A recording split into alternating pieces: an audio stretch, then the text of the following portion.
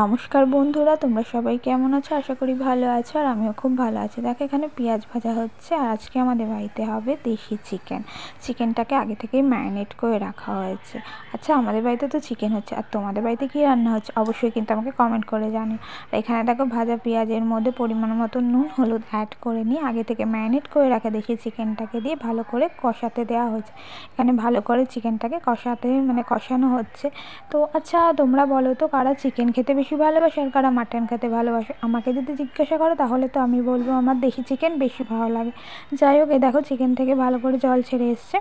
তো অনেকে আছে মাটন একদমই পাতেই নাও না, তো আমি ওরকম নই, আমি পাতে নিই, কিন্তু খুব একটা ভালোবাসি না, আমি দেশি চিকেনটা বেশি ভালোবাসি। দেখো গ্যাসের আর এক পাশে হচ্ছে গরম জল বসানো হয়েছে, আর সেই গরম জলটা এই কষানো মাংসর মধ্যে অ্যাড করে দেওয়া হয়েছে। তো এবার এটাকে একটু ফুটতে দেওয়া হবে, তারপরেই মোটামুটি রেডি হয়ে যাবে। যাই হোক, তোমরা কিন্তু আমাকে কমেন্ট করে জানিও তোমরা দেশি চিকেন কারা কারা ভালোবাসো আর মাটন কারা কারা ভালোবাসো।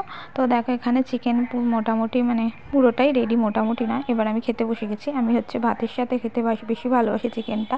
তো তোমরা কারা কারা রুটির সাথে বেশি ভালোবাসো চিকেন খেতে আর কারা কারা ভাতের সাথে ভালোবাসো আমাকে অবশ্যই কমেন্ট করে জানাও। আর বাকিরা রুটির সাথে খাচ্ছে। তো আমার নেক্সট দেখা হচ্ছে অন্য কোনো